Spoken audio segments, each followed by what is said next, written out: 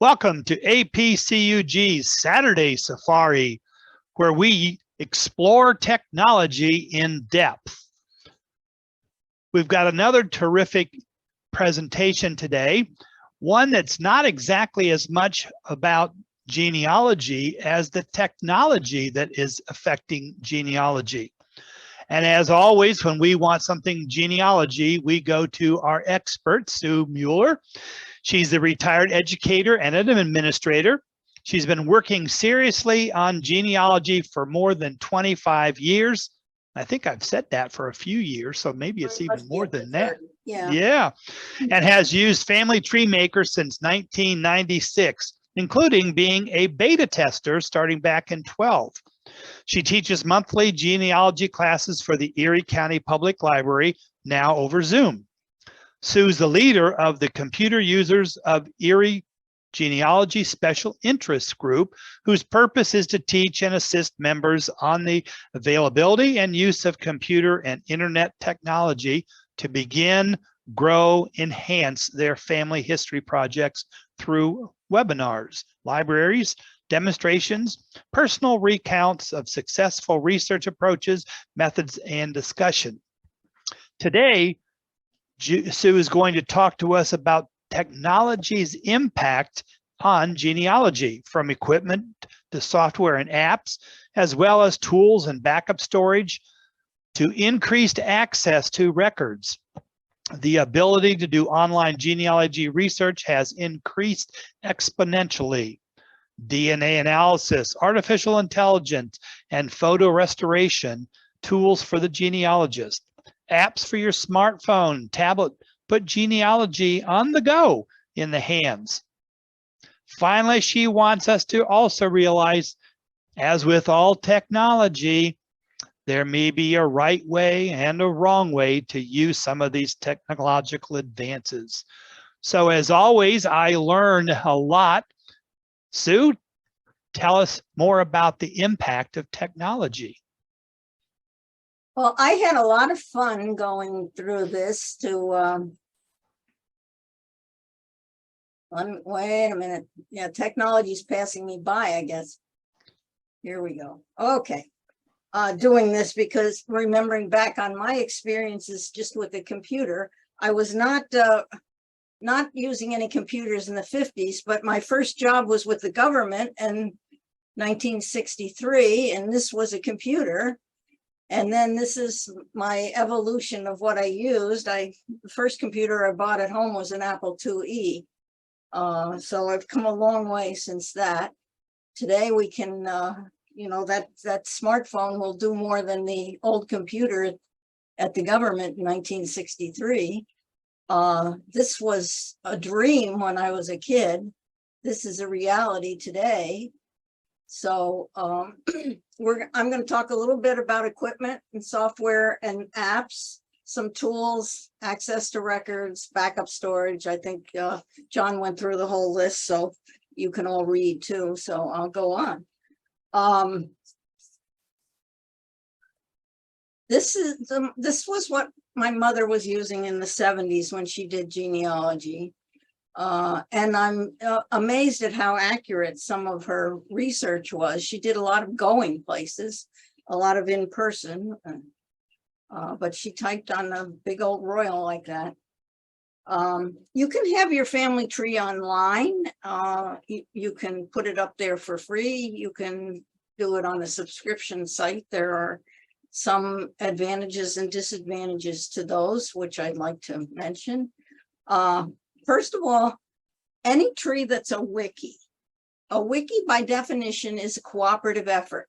What that means is if I have an online tree that's a wiki, anybody can make changes to my entries. I don't know about you, but I can make mistakes all by myself. I don't need any assistance. So I am not putting my family tree on a wiki site. And familysearch.org is a wiki site. They have some nice apps that you can be in a room with people and tell, if you're related to people, but it's all dependent on your having a tree on that site, which I do not have because of the wiki. They have tried to tone that down. I know at least Family Search has, to try and make it so there's some things people can't change in your tree. But I do know, I do have a friend who's somebody deceased her mother, and her mother's still alive and well and in her 90s. So I'm not using a wiki. So I definitely recommend that you use software, even if you have the online tree, because this means that all the research that you do, and you will put a lot of hours into this, is going to be on your computer, and you will have it forever. Whether if you stop your subscription, you don't lose on most of these sites, you won't, the pay sites, you will not lose access to your tree, but you will lose access to any of the documents that you got as a result of having the subscription. So you don't want to do that. There are other software choices than the ones I'm going to mention here. But I just wanted to mention that there are some software packages that sync with certain online trees, and Roots Magic and Family Tree Maker sync with Ancestry. And MyHeritage, you can use either their free Family Tree Builder or Legacy to sync with MyHeritage. And why is this important? Well, if you are going to change software or change that, the only way that you can transfer from one software package to another is by saving it as a GEDCOM. And this would be akin to, it's the universal talking language of genealogical software. It would be like an RTF is to a word processor software. So what you're going to be able to transfer will be your names, dates, the source information, but no media files or the sources themselves. All those things that you gathered online or in person and scanned, whatever, those would be lost. Now they're still on in your other software package, and you could take them over by hand, but it's a tedious process, and I wouldn't want to do it, especially with a tree that had thousands of people in it. And what will happen is you will get thousands of people in your tree, because you'll find interesting stories and you'll go off on tangents, and you'll be researching your second cousin 3 times removed, but it's such an interesting story that you can't stop researching. So the bottom line is you're not going to get any of those attachments to transfer to new software. So that's why I'd like you to make a decision about software and stick to it and hope that it never goes out of business. But with a sync function, you can bring it back into software total, as long as you have a subscription, say to Ancestry or MyHeritage, wherever you have your online tree. I think I've probably covered all of this. Yep. So there are lots of Google tools that are not designed for genealogy, but will certainly help you with your research. And you're probably using some of these, even though you don't know it. Translation, for instance, or YouTube. But you may want to try using additional ones. So how come we have increased access? Well, one thing that was important was the Freedom of Information Act, which was 1967. And actually there is a nonprofit group called Reclaim the Records that is working to get some of those records released in places where they have not been released. That does not mean that you can necessarily see it online, but at least you would be able to see it somewhere in person, for instance. And we've had digitization of records. The fact that we have OCR software, which is software that'll read the written word and turn it into a written word. And a lot of the county and state offices are now online, and we have machine learning and artificial intelligence that we are just learning more and more about. And you've been using those artificial intelligence, even though you don't realize it, with some of your subscription sites already. So Ancestry started in 1996. Family Search was online in May of 1999. My Heritage didn't come on board until 2003. That's based in Israel, by the way. In May of 1996, archive.org, which is trying to bring online things that are out of copyright for free. That's all kinds of media files besides books. And many states have free historical newspaper websites. They're historical newspapers, though, not current newspapers, but most of our research, or a lot of our research, is going to be for the historical newspapers. Unfortunately, a lot of those historical newspapers do not have a lot of pictures in them. And I'm not saying that because I can't read, but because they have no pictures in them, it's hard to find things on a page because it's all text. And it's oftentimes just reading the newspaper is as helpful as trying to search. The quality of the newspaper is going to determine how searchable the page is. And a lot of those older newspapers were not in good shape when they were microfilmed. If you are not backing up, you need to be doing that.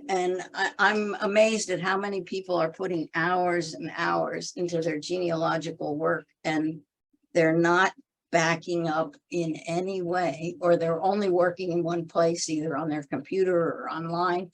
And it's not a question of if you're going to suffer data loss, but when. What happened in California when they had the fires, a lot of people had their backup data in another place. Unfortunately, the other place also suffered a fire. So as many places as you can back up, and I mean the cloud, a hard drive not attached to your computer, flash drive, whatever you want to use, you need to be doing it.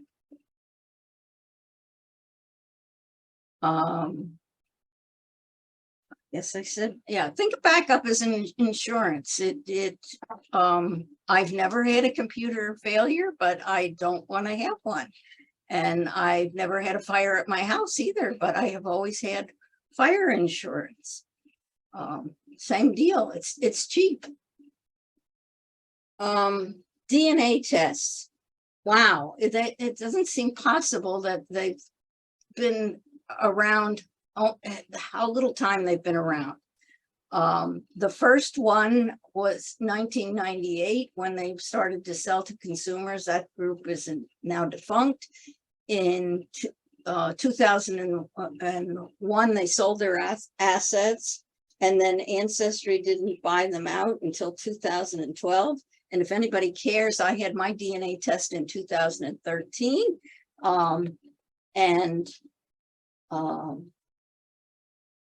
The Family Tree DNA, which is the first site that is doing a complete, you can do a mitochondrial, which would be on your mother's side, you can do, or your X chromosome, and you can do a Y chromosome. The others are all what's called autosomal, which is testing from both sides of your family. And then a couple of the sites are cheek swabs and a couple are spit. So that can be a factor with older people. You don't have to do all the spitting at once, but some older people will have trouble getting enough spit. It's not a lot, but it's harder with older people. And some people will not pay attention to the directions and eat right before they do a test, and they might come back as a chocolate chip cookie, but that's a whole other issue. In 2007, 23andMe was the first saliva-based direct-to-consumer genetic testing, and that was the autosomal. They are not really a genealogy site. So if you're interested, they're pushing the health issues, although they have a lot of cutesy things with their health issues. And people who take the 23andMe test are less likely to be interested in genealogy. So that's frustrating sometimes for those of us who are interested in the genealogical aspect of the DNA, and somebody just took the test because they wanted to know how much Irish, they were, rather than having any genealogical interest. MyHeritage does use a cheek swab. They have a much smaller database than Ancestry. Ancestry has the biggest database. 23andMe has the next biggest, but as I mentioned, they're not really interested in genealogy. And I mentioned living DNA because that's a biggie if for the United Kingdom. You might want to do that if that's where all your ancestors are. This is the last good figure I could come up with. The advertising tells you a whole different story, but their databases are not as big as their sales data have been, because some people buy a test and don't take it. They buy a test for gifts and the person doesn't take it. There are some sites where you can upload your DNA results for free, but everybody doesn't do that. And then now we have law enforcement is using that to catch criminals or solve past crimes. And people think that, well, I don't want the law enforcement to have my DNA. Well, the way I feel about it is if somebody in my family has done some odious thing and committed a crime, and he or she is found because of my DNA, have at it. I don't think criminals should be walking the streets, but that's up to you to decide what you want to do.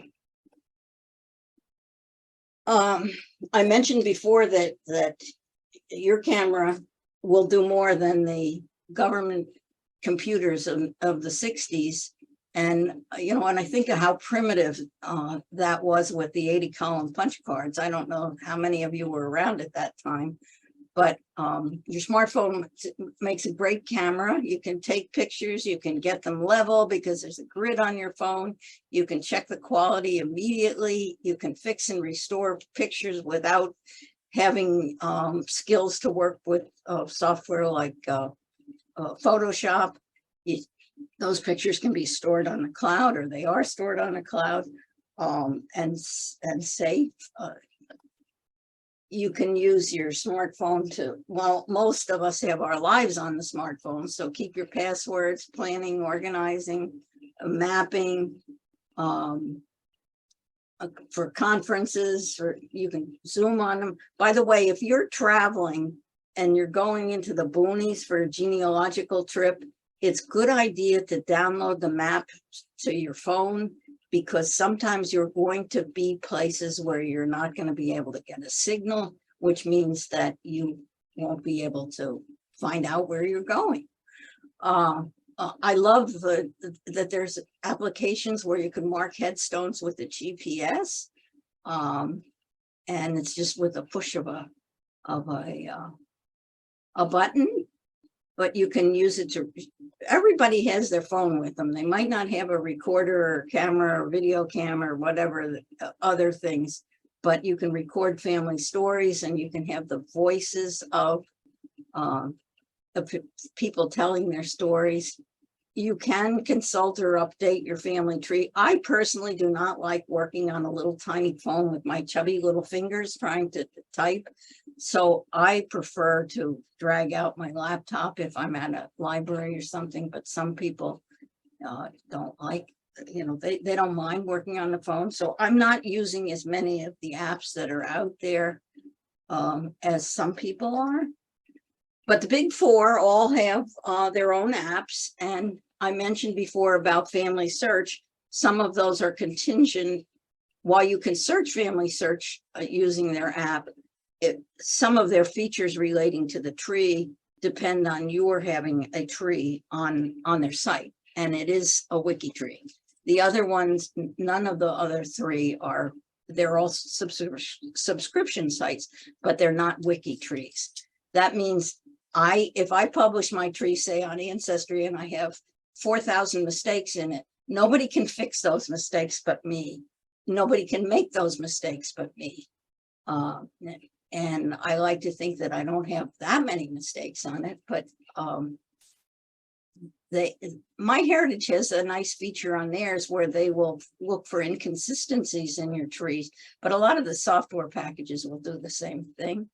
And if you no longer have your MyHeritage subscription, I think they limit your tree size to 350 people. Ancestry doesn't have any restrictions.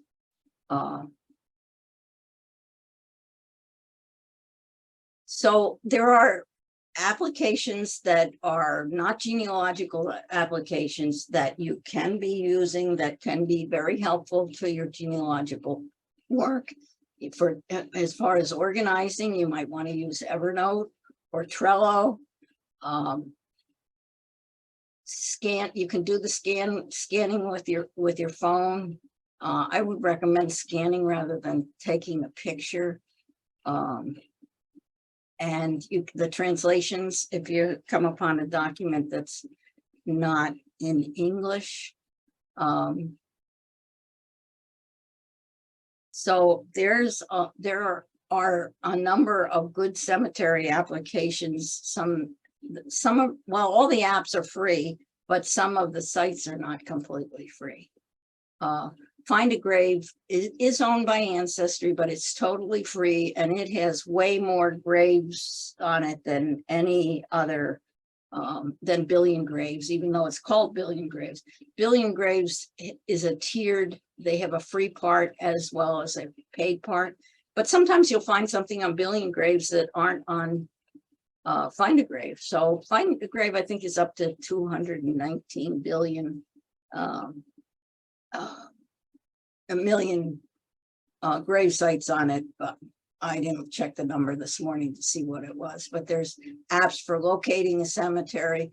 There's also another time, if you find a cemetery with no street address, there's an app where you can take the GPS coordinates and give it an address. So then you can put it into your GPS and get a map to go there. So that's kind of fun.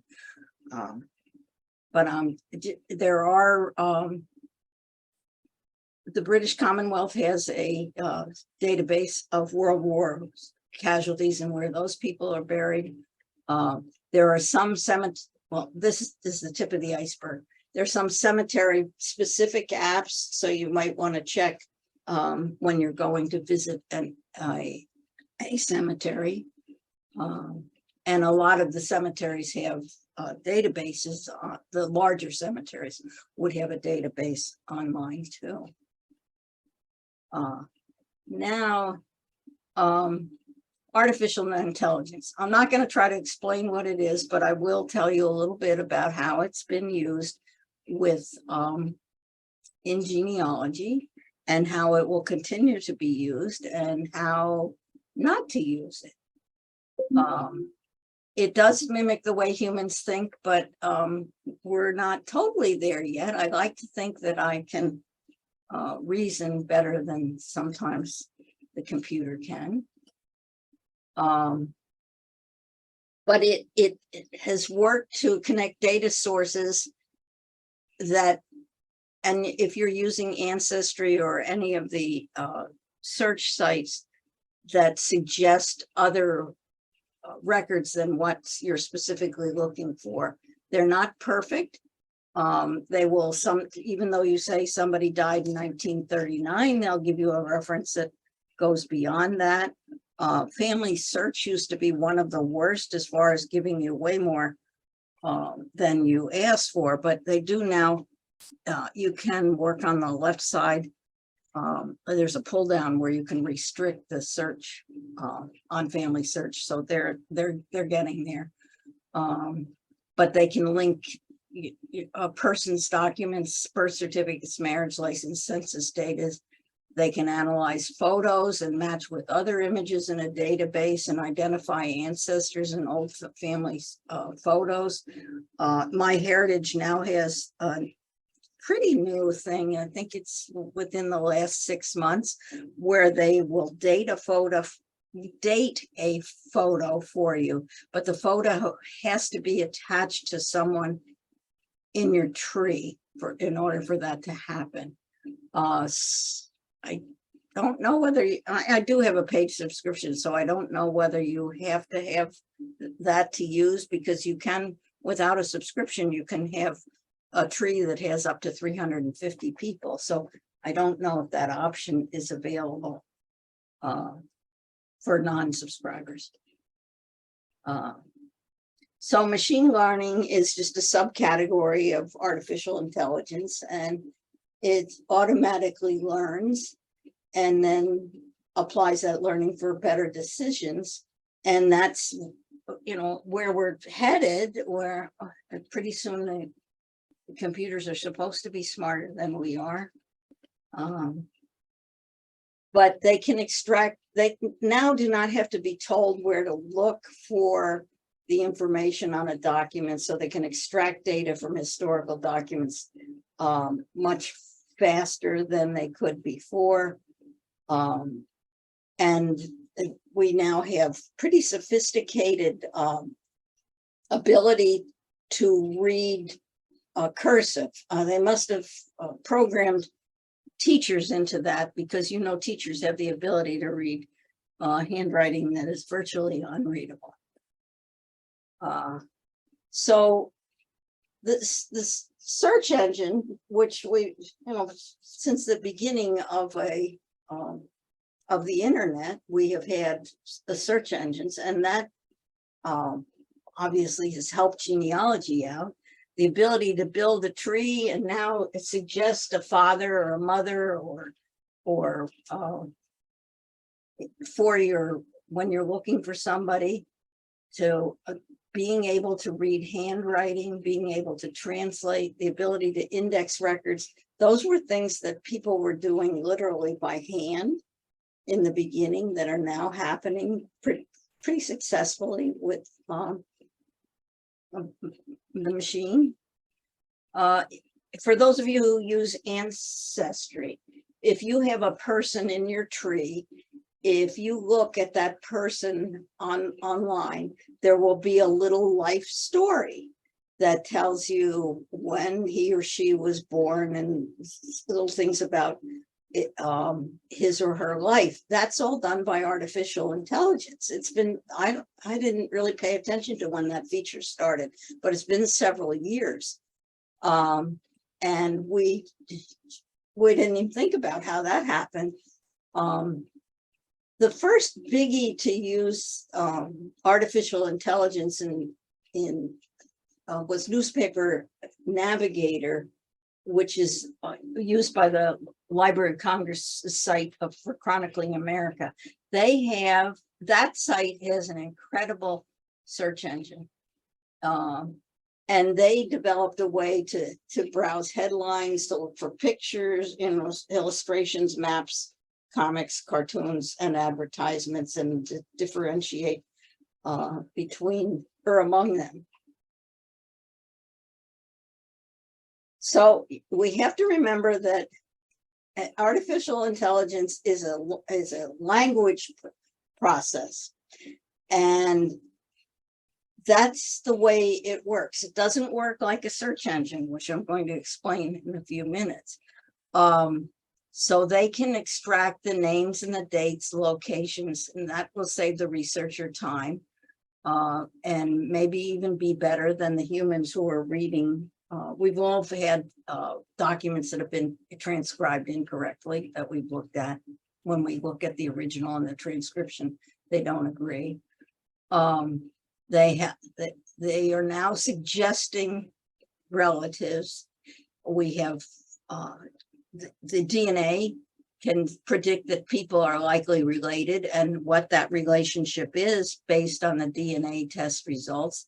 And the DNA doesn't lie. There has to be a relationship if you have centimorgans, and if you match centimorgans to a certain number. But the best thing that's happened is the ability for the handwriting recognition. That's sped up the indexing and transcribing of records. But remember that sometimes handwriting is very difficult to figure out. So what the handwriting recognition or what they're doing on Ancestry is they're suggesting other records, and it's pretty good. They'll still give you some outliers that aren't a match, but they will identify whether a record looks like it might be the same person or not, and helps you to find other relatives based on those records. And do not just look at the transcription, always look at the original record, because sometimes you will find there are mistakes, or it's not a match, or it is a match. I think I said everything on that's so we're for DNA analysis, they're already using artificial intelligence. You're finding matches, you're identifying relationships, and it will suggest a relationship, and sometimes based on the number of centimorgans, it's not exactly correct. I mean, obviously the person is related to you. And then I know in the case of Ancestry, it does ask you if you recognize the person to put what the relationship is exactly. And your nice little software does that for you. It tells you that it's your second cousin 3 times removed, or whatever it is. And the translations will put it in your language. They will predict family connections and help you identify new family members. It allows people to who are where they don't know who their parents are, to maybe connect with their biological parents. All of the DNA companies have a disclaimer saying that if you find out something that you don't like, it's not their fault.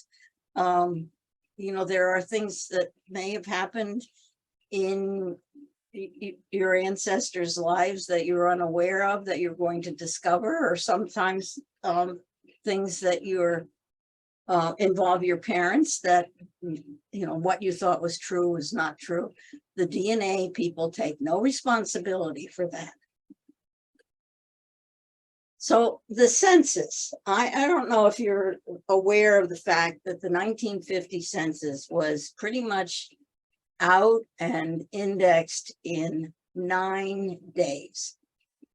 What happened previously, it was not 9 days, I will tell you that. Volunteers spent months making census collections searchable. They created an index from scratch. Now let's look at the 1940 census, which was the one that was most recently released before 1950. What happened is nobody got the census before April 1st. They've arbitrarily chosen April the 1st as Census Day, even though that's not the day that the census was Census Day, every census.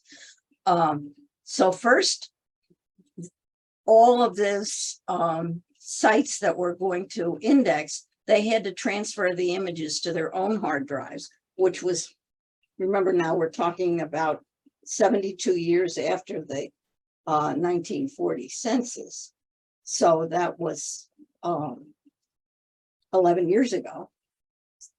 So things were not as, we think technology's been around a long time, but we are more technologically advanced now than we were then.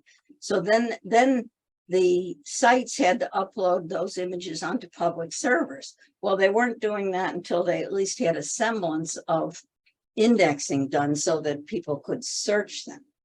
So that whole process took time. With the 1950 census, they had an original index that was done by machine learning and handwriting recognition technology. It wasn't perfect, and it never will be, I suspect, because handwriting is unique to an individual. But that process of using machine learning to look at the Census First, that expedited the process of review and publication. And then volunteers reviewed the index for accuracy. What they used to do is they'd actually have 3 people index, and then they'd have to come to an agreement on something. I mean, it was very time consuming. And then this time the census images were available in the cloud from the National Archives on the day of release on April the 1st. And then the major sites could have at it. So the whole process was much faster. They had it faster. They had machines that could help out with things faster. And we were able to, you could look at it on the National Archives on April the 1st. But you had to know the district where your people were living in order to be able to find things. But you could search. So my heritage is probably way past everybody else as far as what they're doing to pictures. And I don't know how much of this you want to do, but I'm just putting it out there that this is what some things are, that they're, some of them depend on your having a subscription.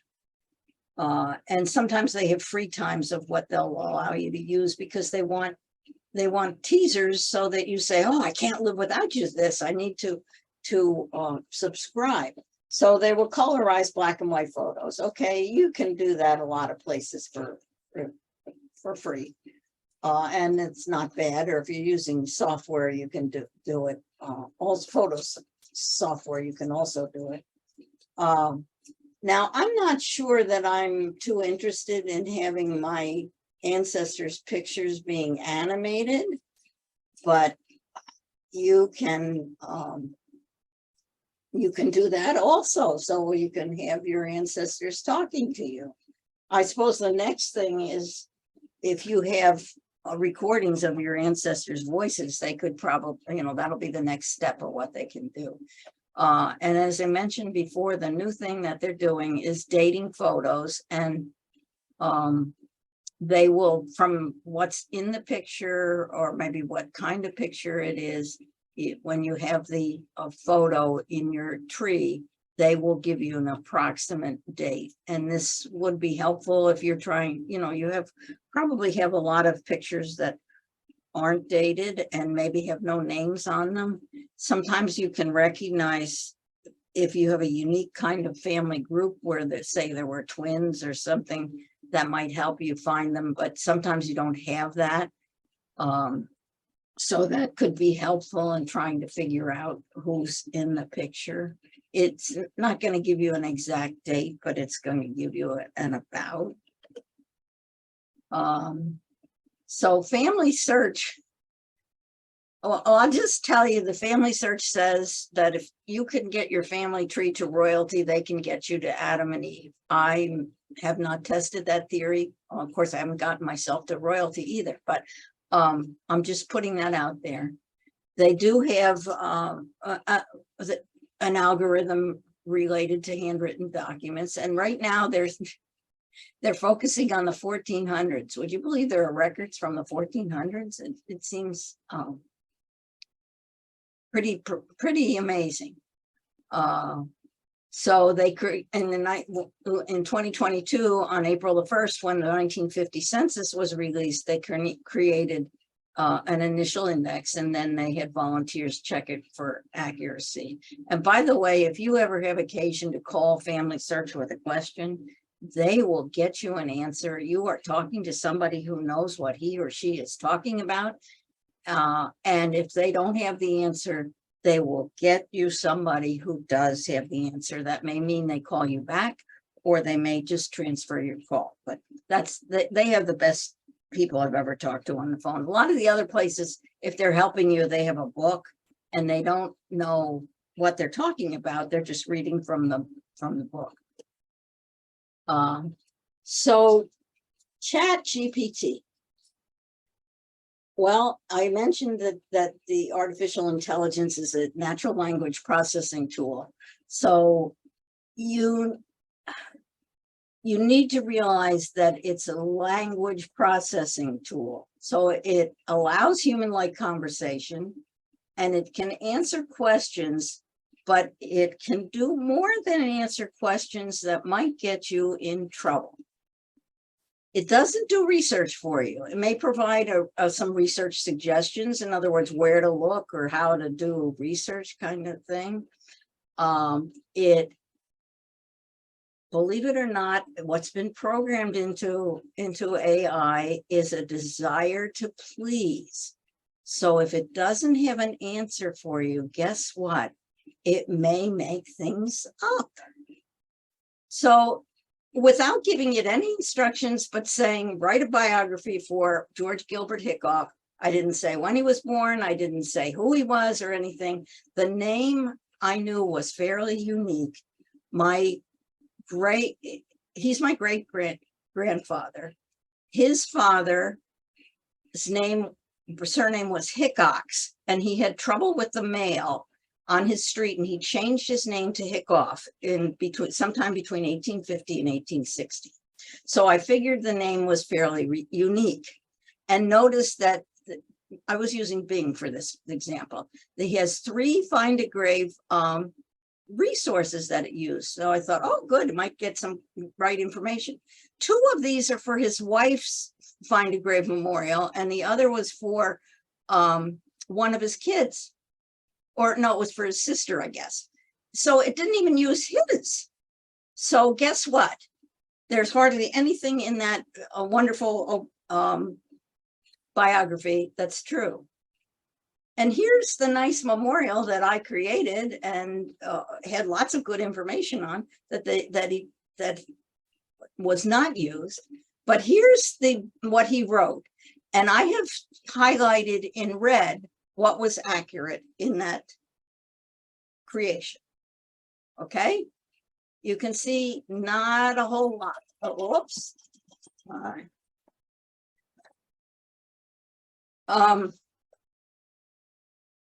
So ChatGPT had nothing to work with. And so even if that ancestor was famous, it has no way to figure out which person would be the right person and which person would be the wrong person if that person had, someone with the same name. So without giving it any instructions, you're setting it up to fail. And I think you probably, well, let me give you an example from Bard. And this I pulled off from somebody had an ancestor whose name was Gustav Sporowski and lived in California. That's all she put in the request, but she figured the name was unique and she used Bard, and he gave her this information and she thought, wow, there's another guy with the same name, because this wasn't her ancestor. And I'm going to, I'll have to do some research. And she did research and she couldn't find anybody else. And guess what? She said to ChatGPT, you made that up. And he said, you are correct. I did make it up. I apologize for misleading you. That Gustav Sporowski I described doesn't exist. I was trying to be creative and see if I could fool you into thinking that I was a real expert on electrical engineering and invention. I am still under development and learning to be more accurate and informative in my responses. I will try to my best to avoid making up information in the future. I hope you understand. What? This demonstrates how not to use GPT. Don't use it like a search engine. You have all heard the story about the lawyer who asked for a legal brief. He set the context, a legal brief. So what artificial intelligence looked in what it had learned and learned that legal briefs have citations. And they usually have a name versus name, and they have numbers and a year. So that was the type of language to be expected. And that's what the ChatGPT wrote. They do language. It does language. It doesn't do fact checking. So guess what happened to the lawyer? He was using things that didn't exist. So if the prompt is something you could have typed into Google, and I'm using Google as just any kind of search engine, it's not a good prompt. That's what a search engine was designed for. Would you open up Excel and expect to send an email? I don't think so.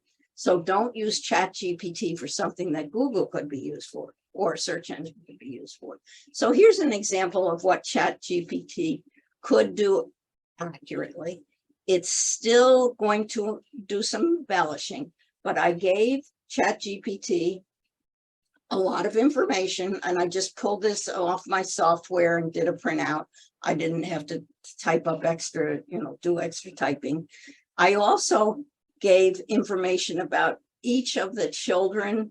There were 7 children, but only 4 of them lived to grow up. And I wanted to see if ChatGPT could integrate that information into when I asked it to do a bio.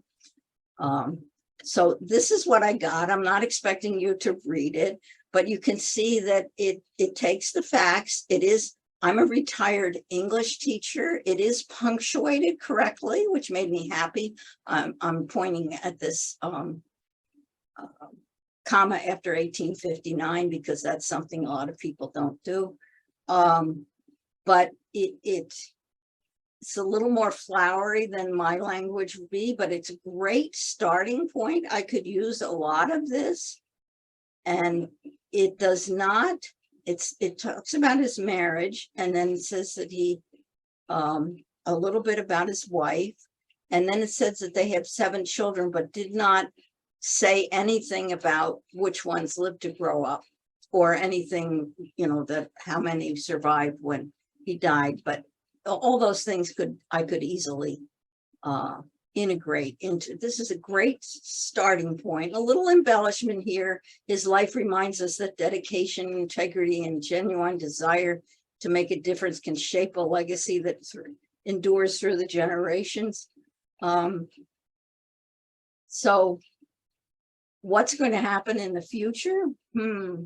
I don't know, and neither do any of us. It's still in its infancy, but it's certainly gaining momentum. But I'm ever hopeful that the tools will not replace the genealogists. They're not there yet anyway to analyze data, but they certainly can speed up the research process by finding information more rapidly and making information available to us more rapidly. So, and that's all she wrote. So let me stop a share.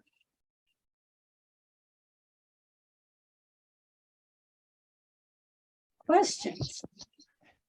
And as always, I'll have lots of questions. That was tremendous. Judy? It was fun doing. Imagine. Absolutely fascinating. Really. I did a DNA test with Ancestry and also sent that test to MyHeritage. Okay. Was that a good idea, or Yep. should I have also done a test with MyHeritage? Your test is the test. If you do 17 DNA tests, they're not going to, the results are the same. It's their analysis that is different. I don't know whether this person paid to have it on MyHeritage, but they do have free times when you can do that. But it exposes you to another batch of people doing research. Hopefully that will respond to your answers. I don't think that you will get any, as long as your results are on that site, doing a MyHeritage test will not increase the numbers of people you're going to be able to contact. Having a subscription is going to increase, I believe, your ability to contact those people. I don't think you can, they can contact you, but I don't think you can contact them without a subscription. But I'm not going to swear to that. What is a good approach to encourage a person to take a DNA test? I guess if they're curious, I didn't mention this, but if you think that the DNA tests, that the Ancestry people are not selling your results. I hate to tell you this, but they're all selling your DNA with no markers. I mean, not who it is, but to the pharmaceutical companies. So your DNA is being sold, but not located. But curiosity, to be able to verify things in your family, to open new doors for genealogical research. Just, you know, there's some questions you're never going to be able to answer, but hopefully you're getting, it's safe, because if anybody that's doing a sale of your DNA, it's not coming as you. And I already expressed how I feel about criminals. So that wouldn't bother me if I mean, it would bother me that a criminal was found in my family, but that he or she was caught. That doesn't bother me, because I think criminals should be caught. I think it's fascinating how they can do solve old crimes with what they saved long before they knew about DNA. Mm-hmm. What is the best family tree maker to incorporate or link to news, comments, audio and video, oral histories, written books? Well, am I biased? I don't know. I use Family Tree Maker, and I use Ancestry, or my primary.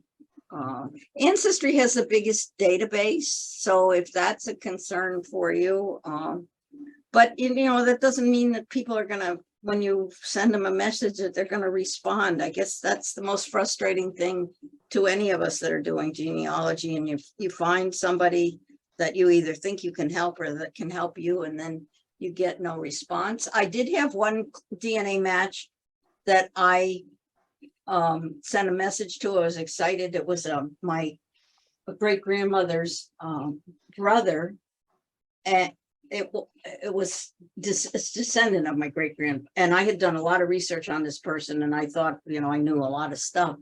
And it was 4 years before I heard, not from the person who did the DNA test, but her son. So don't give up, I guess. And don't change your email, or, make sure you still have access to that email that you posted something up with, because you might hear something.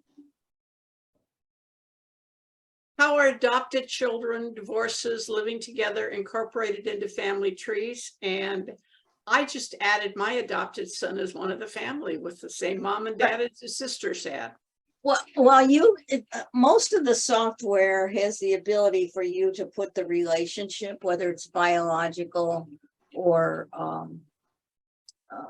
adopted, so that you can have multi parents for a person. They could have bio and adopted.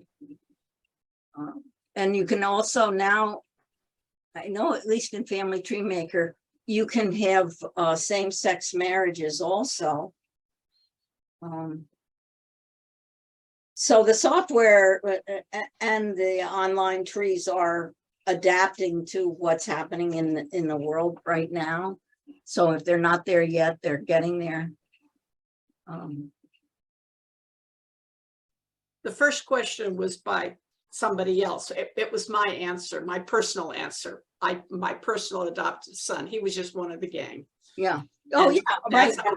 That's how he ended up.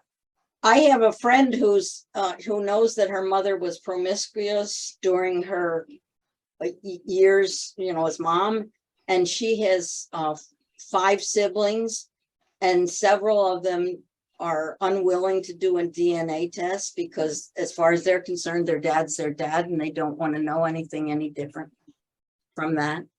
Mm-hmm. Okay, this is a long one. Who do I search and get a copy of an official document stating the date that my grandfather officially changed the spelling of his last name, this person's maiden name, I've heard via family that it became official in or around the 1950s when I was a year old. However, my dad and his siblings had always used the current spelling well before it became official. Well, I would contact the courthouse. I mean, those records should be in the courthouse if it's 1950. You know, as I mentioned before, I have one that changed in 1850. There's no records. People just arbitrarily did that. But if they changed it by law or in legal courts, it should be in probably the county courthouse. I don't think that was handled by federal courthouses. Or the parish, depending on, you know, if it was Louisiana. Sometimes courthouse records aren't in the courthouse, but 1950, they should be in the courthouse. So there's some cases where they've been relocated, like to historical libraries. So you need to check where they are, but 1950 is probably still at the courthouse. Mhm. And you probably have to show, I don't know whether you'd have to show cause for wanting that. You know, sometimes you have to prove you're related. I don't think for that one you would have to show that. This is a comment about my heritage. The free account has a limit of 250. Oh, However, if you pay for 1 month, you can upload your full family tree or build it with Free Family Builder. When your month ends, all the data will be there and accessible. The only limitation is that you cannot make changes to entries above the 250 limit. Okay, when I uploaded mine, it was 350, so that's good to know. Okay. Yeah. What does a second cousin 3 times removed mean? Did they get removed 3 times? No, it's generations are removed. So like let's see, my first cousin's son would be my first cousin once removed, because yeah, so the removal is just a generation. You never lose that first cousin. There's charts out there that'll show you what those relationships are. Okay, Mr. Kennedy, close the chat box, please, and we will go to live Q&A. Jerry Crow, please unmute yourself and speak up. Excellent presentation, Sue. Thank you. Years ago, back in the MS-DOS days, that's how long ago it was, Okay. I used personal ancestral file, Mhm. which I got for free because I had a friend who recommended it to me. He was Mormon. Yeah. And I built into it everything I knew about my only back to the mid 1800s. But I do have a GEDCOM on that, I believe. So I should be able to feed that into one of the modern, I don't think PAF is available anymore. I know there was an MS-DOS version, I mean, a Windows version generated, but. I think you could still open the file though, and I've forgotten how, because I did open one once. So just do a regular search to find out if you want to open the file, and then you can save it as GEDCOM. But did that have documents attached? No. No. it did Okay, so not. yeah, you'd be able to get all the information. I have a GEDCOM somewhere. Okay. I used the DOS PAF to create a GEDCOM. So Yeah, you can open the GEDCOM in any of the genealogical software packages. now I just did a quick lookup on my family tree and it said it's not available anymore. Did I get a bad message or a bad search? My family tree? Or no, I'm sorry, Family Tree Maker. No, it's available. It's Okay, thank owned you. by That's all I needed to know. by Ancestry. Their latest version is 2019. Okay, I'm if I can find a DOS version of PAF, I might load that first just to see what I've got, you know. So, but Yeah, if you anyway. have it as a GEDCOM, you can even print that out. Not that you'd want to do that. I mean, not that you'd want to try and put it in based on that, but you can print it out. Oh, interesting. So that's actually human readable. It's Yeah. not just binary data. Right. Okay. All right. Okay. Thank you very much. Mhm. Murray, it's your turn. Okay, I just wanted to mention that although this, Family Search's wiki and it's got all those limitations that were mentioned, there are many relatives that I would have never found if it hadn't been for Family Search. So I use it. I just don't have my tree there.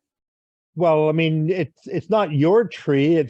They only have But one tree. one It's world everybody's tree. tree. One Yeah, world one tree. Yeah. So the people who are who are your relatives who are entered by somebody else will all be there. Yeah. So anyway, I find it very useful, Yeah. and I actually use it also if I find a DNA match, and I get contact with them and find out how they're related. I enter all the information from them into that, so I can figure out my relationship.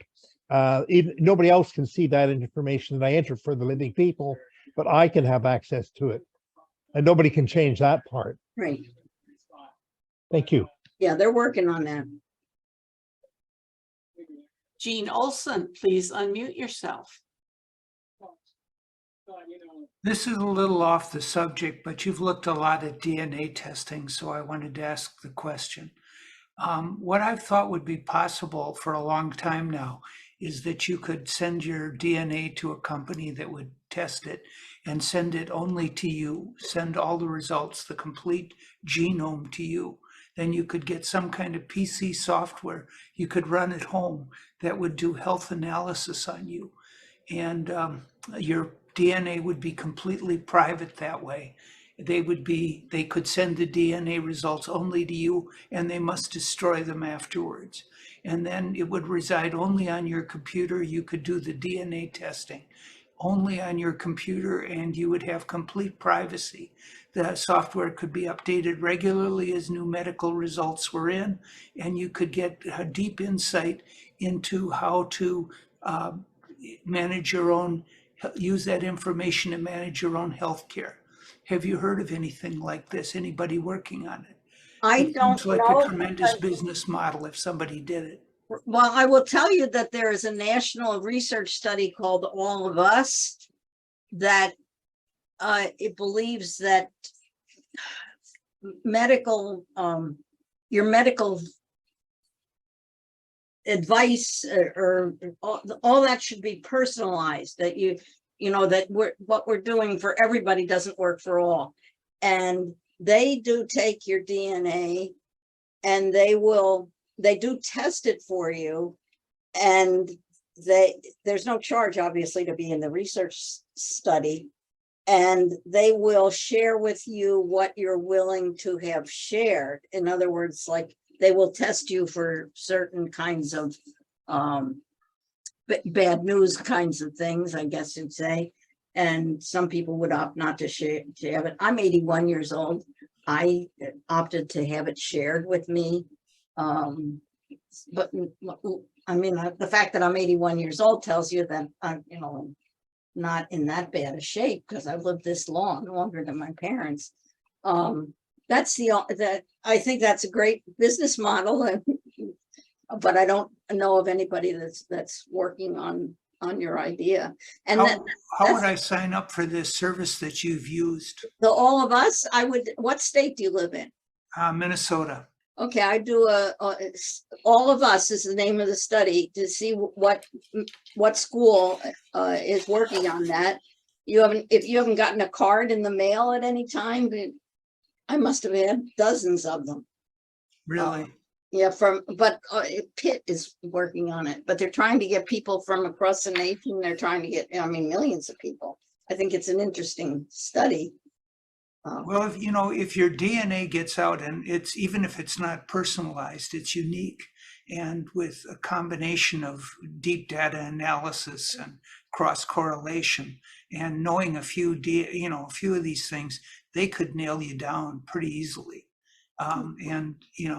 So I'm concerned about giving my DNA to anyone because the potential to identify me and have it affect mortgage rates and medical costs and everything you can imagine. Right. I understand. Yeah, It can be used profitably by companies with big data capabilities to affect me profoundly.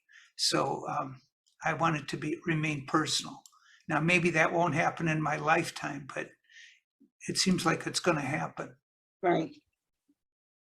Well, who would have thought that DNA would be in the hands of the masses?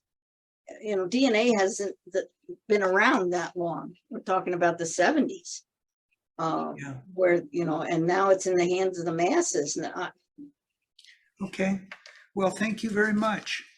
I mean, DNA's been around forever, but the fact that they can now analyze it and discovered it is relatively new.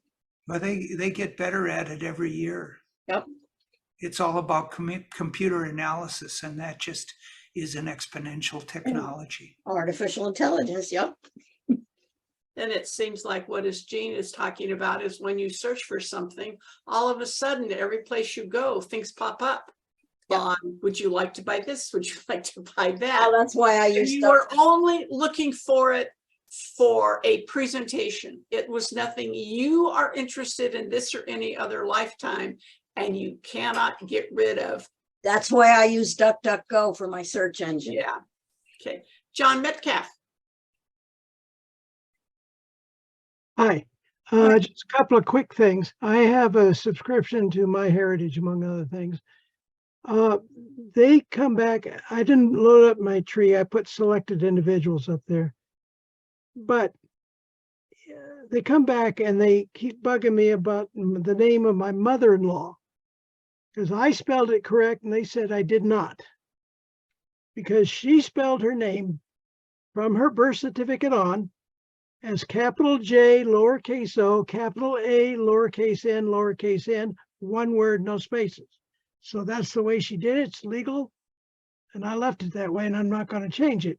But they keep saying, you did it wrong. The other thing is on DNA.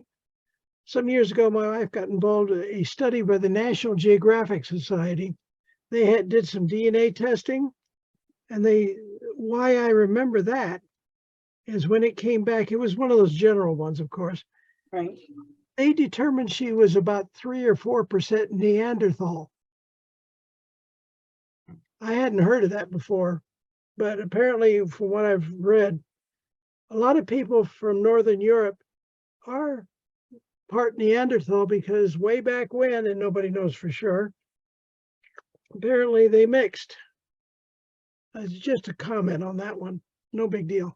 Yep. So thank you. Mm-hmm. Art. Hi, I was just going to tell you that I did indeed sign up with all of us and was asked to sign up through the VA. And I was led to believe that this is a closed study. Yes, everybody can actually sign up for it, but under the circumstances, I do not believe that this is going to be anything of a commercial nature where they can. Oh, no, I wasn't trying to say that. I was just. Jean was, okay. Oh, okay. All right, and I was going to also say that I did indeed just get back the DNA testing for the medical parts of what they were able to draw conclusions from my DNA. I took a look at that and said, you know what? This is totally worthless to me. I need to have somebody that's a knowledgeable individual provide an interpretation of what the hell it is I'm reading, because I can't even pronounce most of the words they're using, okay? And so as I filled out their survey and told them how unhappy I was, at the bottom it says, well, if you want, you can schedule an appointment with a counselor and they'll go through it with you. I thought, well, duh, why didn't you tell me that right up front? So anybody that goes through all-in-one, if you sign up for the DNA testing and you request the medical piece of it, then also request and sign up for a counselor interview so you can get something meaningful out of it. Because the way it is, it's like, you're wasting my time. You really are. So just a thought. Murray.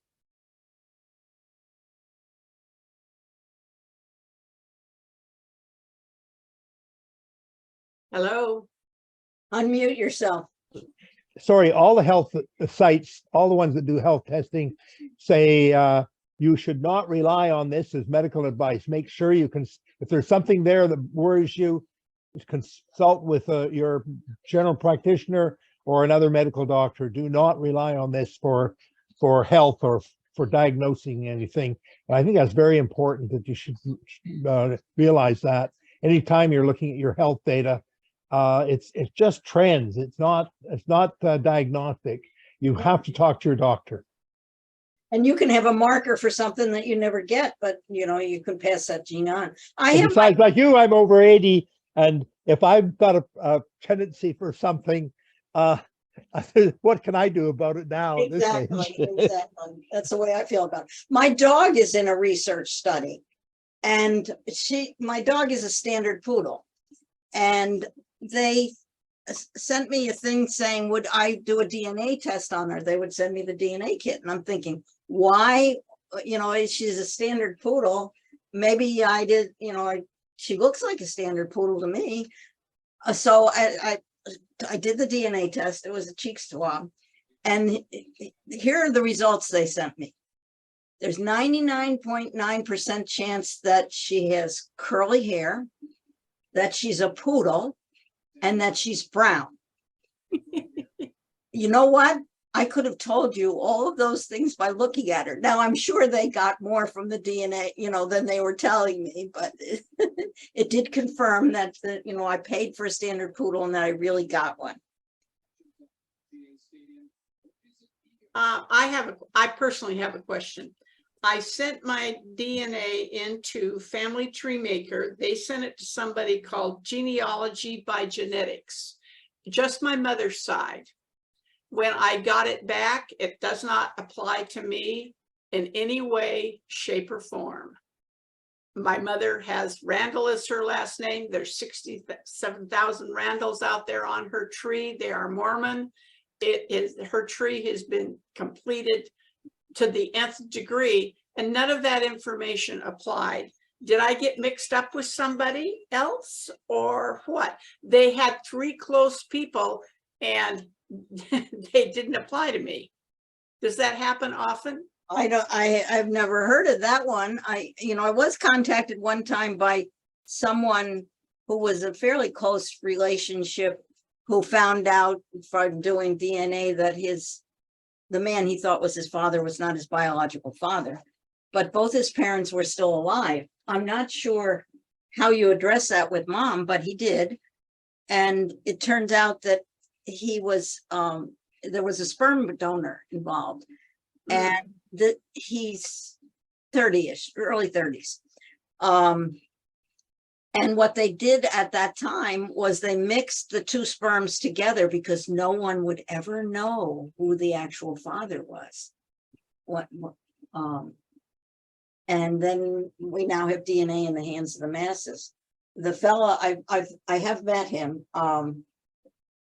He did not tell his father because he was raised by his father, and his parents split up and he was raised by his dad. He has no desire to tell his father that he's not biologically his. And he's related to my cousin. My cousin would be his grandmother. And she said he looks more like her son than any of his other children do. Because I sent her pictures when we met. My adopted son looked like one of his sisters and me, then my oldest daughter looks like us. So go figure. Yeah. The other thing is, I can see how it is vitally important to, like John said, you know, you type in his mother-in-law's name and they disagree with him. But in looking at my mother, somebody added a U to her first name, and it became Eloise, and that's not her name. Her name is Eloise. And one time you will see my oldest brother, then you will see the youngest brother. I'm the tag along, so I'm 15, 16 years younger. So it's quite a few records that you go through until you find me. And but it is so vitally important to key in the correct information, because if it's not, it's there forever. Well, and then somebody else, 10 more people will copy it and it becomes gold. Oh, I know, because then I just looked at my daddy's, and one of the marriage things, there it is misspelled. The other one is spelled correctly. So don't fat finger, you guys, when you are keying in your information. Make sure that you have everything correct, or you don't go anyplace. Gregory, you're on. Unmute yourself. Unmute, please. Lower left, there. Okay, I found it. Family tree maker. I been doing this since the 90s, and I used Family Tree Maker. Around 2012, 2014, I got an email said they weren't going to update it anymore. And apparently they sold it and did update it a few years later. Mhm. Meanwhile, I changed. So, and I do have both, but you're right. It's hard to interpret between two different programs. Right. But it was, I did get a letter. So they did say they were going to stop making it. Yeah, well, it was so, it's gone through, it was about broader band, and Ancestry owned it, and a place called McKev owns it now. So it's never been out of business since they started in 1995 or 6. But it's, you know, the owner has changed. Right. Well, that's what I said. They said they were going to stop making it. Apparently they didn't though. Right. Well, they did, but Sold it. somebody else continued it, right? They sold the rights. Yeah. Mhm. Well, that's my comment. Interesting. Bill, Thanks, Sue, for a great presentation as usual. And I Thank may have asked this question before, but I'm going to ask it again because I don't remember the answer. But I have a relative that was disclosed to me by my dad, and it's his younger brother. And he's always maintained that this person was killed in a hunting accident about the age of 9. And it's in between Sense. census.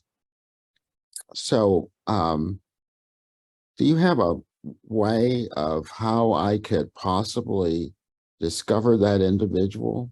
Okay, what years are we talking about? Well, I'm guessing it's probably between 1890 to 1900.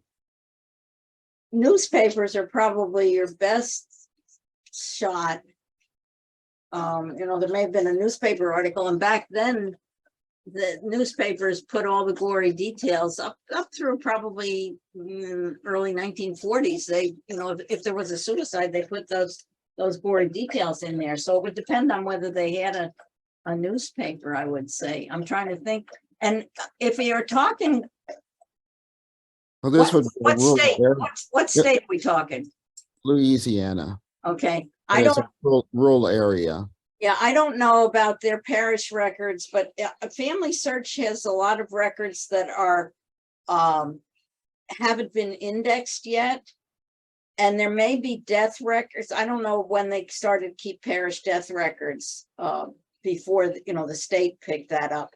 So there may look on the catalog section of Family Search, and then look for the parish. Just the parish. Don't diddle it down to the name of the town, and then see what kind of records are available, because there may be death records, and they may have some newspapers there too, or some vital records. But vital records started most places between 1890 and 1910, even though they might not be at the state level.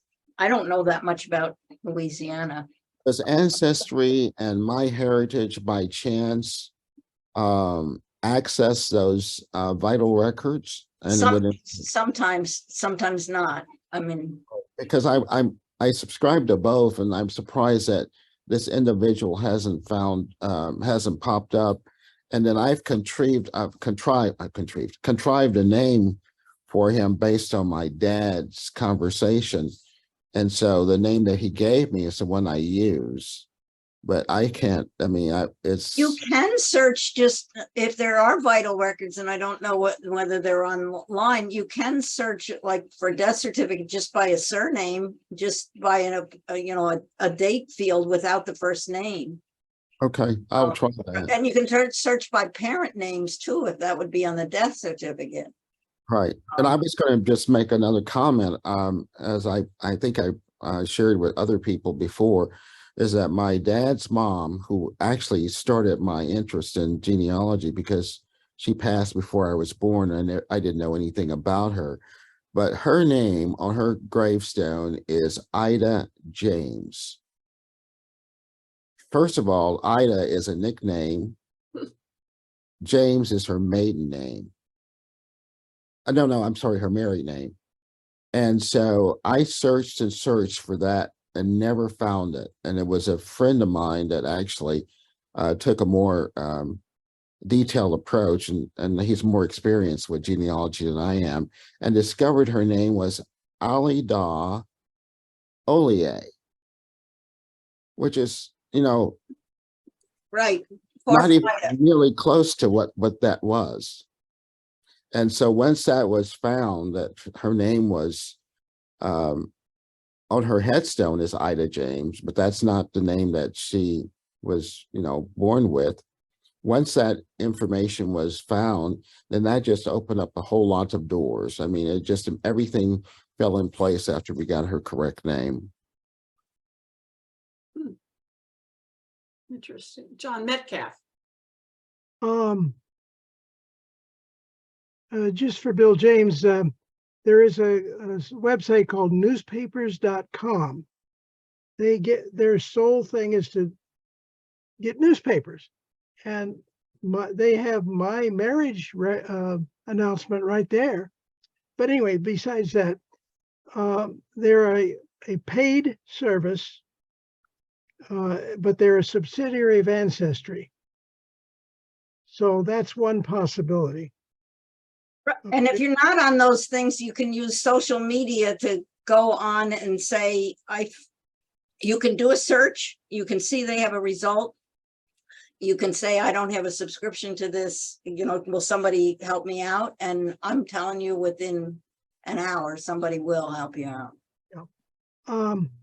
Thank you. The other thing is I use Family Tree Maker. I've used it since before it was Ancestry. They were back in the 80s, at least, a company called Banner Blue.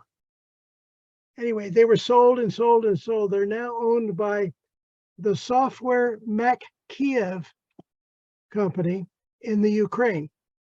So, and they have a service for a couple bucks a month where they will keep a copy of your entire family tree in the Ukraine. But only one tree. I mean, I'm probably working on 20 trees. Well, yeah, but I mean, right. Point is, and they sent me a recent letter. They're not updating the version, but they're going to have an update to Family Tree Maker to coincide with some change that Ancestry is making. So just to be aware of that. Thank you. If you have somebody in your group that does genealogy, or you have an outside speaker that does genealogy and you can invite them in, it's fun to look at the census. We did, when the 1950 census dropped, we had somebody come in and we had an opportunity to look ourselves up. Many of us, it applied to us. And I found that I was 2 months old when the census was taken in 1940, and that we were the only ones on Oak Street that owned our house.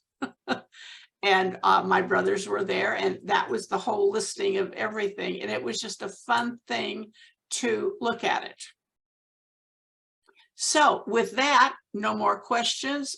Sue, another absolutely fantastic presentation about genealogy. I am so glad you got interested in the technology aspect. Literally last week, she said, I've got a new one. I am just about finished. How about the Saturday Safari? And she did. So thank you so much.